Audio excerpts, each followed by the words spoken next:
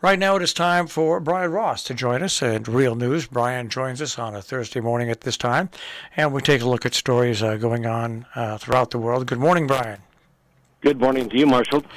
Well, the couple, the sheriff deputy and the escapee, it ended like I think most people thought it would end with somebody dying. But, Brian, I listened to the released audio tapes now, and boy, it doesn't sound to me like she committed suicide. Oh, interesting. You think there was something else there? Huh? Well, I don't know. I mean, just guessing because she was talking on the phone, of course, excited and upset and talked about the accident. But then, as she was talking, it just ended. And you didn't hear any gunshot or anything like that. I'm no investigator, but I know that it just didn't sound like a call that ended with a suicide. Well, we'll know because certainly an autopsy will detect the bullet and the kind of casing that was there, and we'll know for sure. I don't know why the police chasing her in Indiana would want to kill her, but unless he was pointing a gun at them. I'm not sure that the police would want to kill her. I thought all along that when you fall in love with a hardened criminal, sooner or later, guess what? You have a very good chance of becoming part of his next crime. I'm not laughing. See. Well, I'm not laughing. He's going nowhere. That's for sure.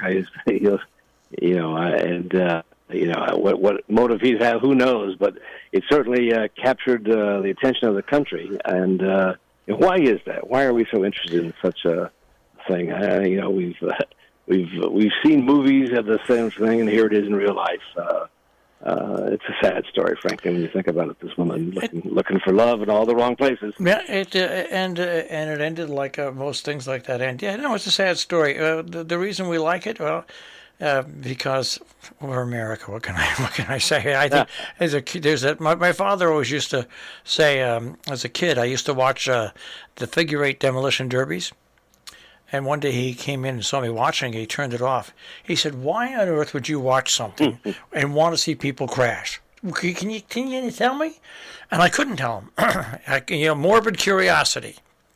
So, well, it's made a lot of money for NASCAR, and it's made a lot of money. Now, they clear the decks. We'll be back for the Johnny Depp trial next week, so we can get our attention riveted on that. Yeah, absolutely amazing what goes on. Well, anyway, I guess we can turn our attention. It's very interesting. The more and more this story with Ukraine goes on with Russia and Finland now immediately wanting to join NATO, and here's the problem that Russia has. Russia now warned Finland over NATO membership. By Russia responding this way and doing what it did, it's writing its own book on Finland joining NATO. I mean, it forced the issue. Without a doubt. Talk about remember early on we had certain former presidents of this country saying what a masterstroke and a genius move he was. Not at all. I mean, Putin has played this hand about as poorly as you can imagine, defeat after defeat on the battlefield, and strategically, in terms of the effort was to push back the West. It's the other way. They are encircling him, and you wonder if he feels it's threatened, and that's the only thing I think of great concern. And after Finland, Sweden's going to join. You know it, and so now his borders are, as you just said, are even tighter controlled, and with closer NATO members, and it's all because of this cockamamie plan to do what they wanted to do in the Ukraine, and this Ukrainian war. All wars end with either a victor or negotiation. Period. I mean, if they're going to end, that's how they end. But as we saw in Afghanistan, as what the Russians saw in Afghanistan, wars can go on for 10, 15, 20 years.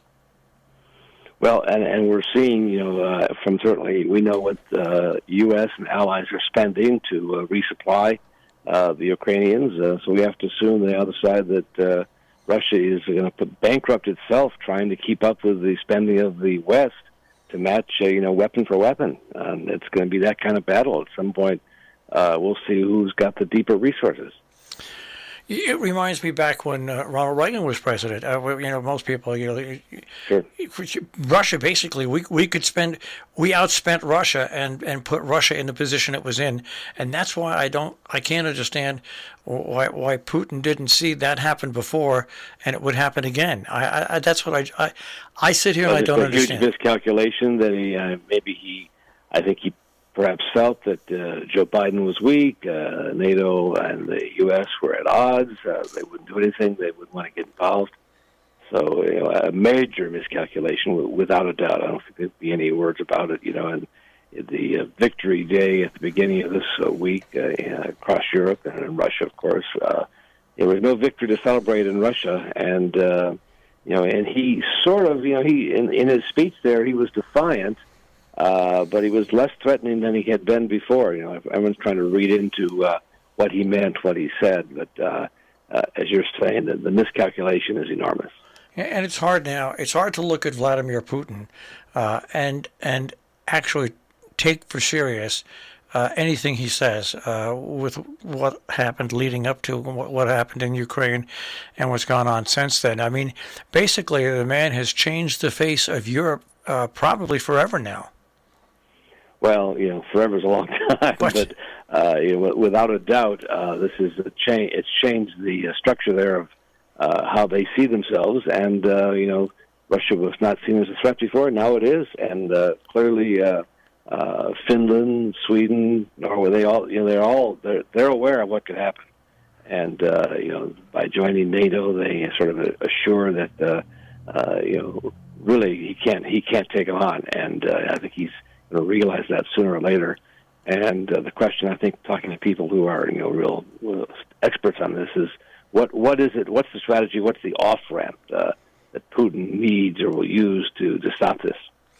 Yeah, well, right now I think he's got many miles to go till he gets to an off ramp, unless actually advisors let him know what's going on, and that's really not possible under a leadership like that. Right, and you have to look and see, are there going to be people in Russia who think that it's time for Putin to go?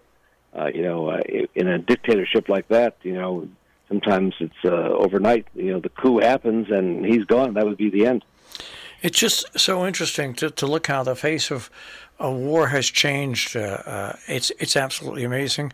You can have all the armored divisions, all the carriers, and all those things that you want. And in the area of drone warfare, it's very hard right now if you have drones and you have, like you say, the Union backing up Ukraine with supplying the weapons. You can have all the mechanical and mechanized equipment that you want, the fanciest boats that you want, and ships. And you know what? It's a different type of warfare now. I hope the world learns this, and China and the United States learn this, is that you can have all these these big pieces of equipment, and it's a total different battlefield now, both on the sea and on land. The only thing that's not changed are submarines, but other than that, the look at war on the face of it is totally changed by what's going on in Ukraine.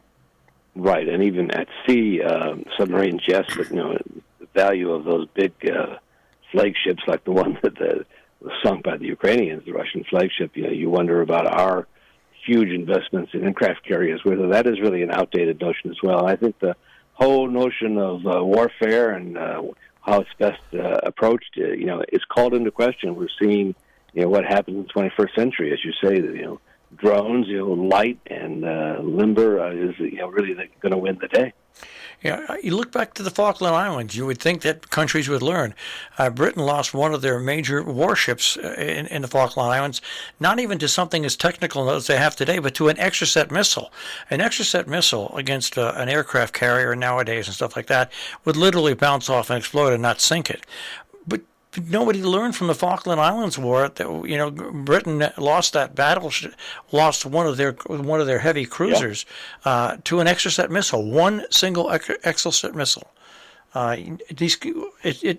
these countries just don't learn. Better to spend that money on people, I think, than building more aircraft carriers. But anyway. Right, and you're absolutely right. But I think that one of the lessons from this war is that we're spending, in this country, we are spending billions of dollars with very few questions being asked, resupplying Ukraine. But from the point of view of the military-industrial complex, these are golden days again. After we thought, with Afghanistan over, that perhaps the U.S. would pare down its defense spending, change priorities, that's not happening. All right, I'm going to ask a question of you and give me your honest opinion on this. All right. And the question is, do you believe this statement? North Korea identifies its first case of COVID-19. Good question. I probably do reckon probably the first 100 cases. And since there's no vaccine there, stand by for terrible things in North Korea. Well, yeah, because they have problems feeding their country anyway, and things like that. And Russia has pitched in to say they're going to help with their Sputnik. But we're finding again, good luck with that. Yeah. Well, we're finding out with our own vaccinations that there are side effects. I think a lot of people just don't understand that when you have a vaccine, there are side effects. And you learn more about the side effects as it goes on. So as an investigative reporter and somebody who has been covering trials and investigations, this depth trial can't end soon enough for me. Well, there is a huge fascination in this case, much as there were with the couple, the inmate and the prison official. That doesn't stop, and you do wonder why either Depp or his ex-wife Amber, what they thought they were going to gain with this. If the whole thing was to salvage their reputation, I think it's been counterproductive for sure. I mean, the tawdry and detailed revelations about their life, their drinking, their drug abuse, their violence. As you say, you're like, oh my God. Everything we thought about crazy Hollywood couples is coming true. Yeah. Amazing times we're living in, Brian. Amazing times. Indeed, but huge viewership. I can tell you that for the trial. A lot going on. People are paying close attention, and I guess it's kind of a diversion from bigger, more serious problems. Well, especially here with inflation out of control and the political season already heating up, and the Supreme Court. So maybe it is a decent diversion.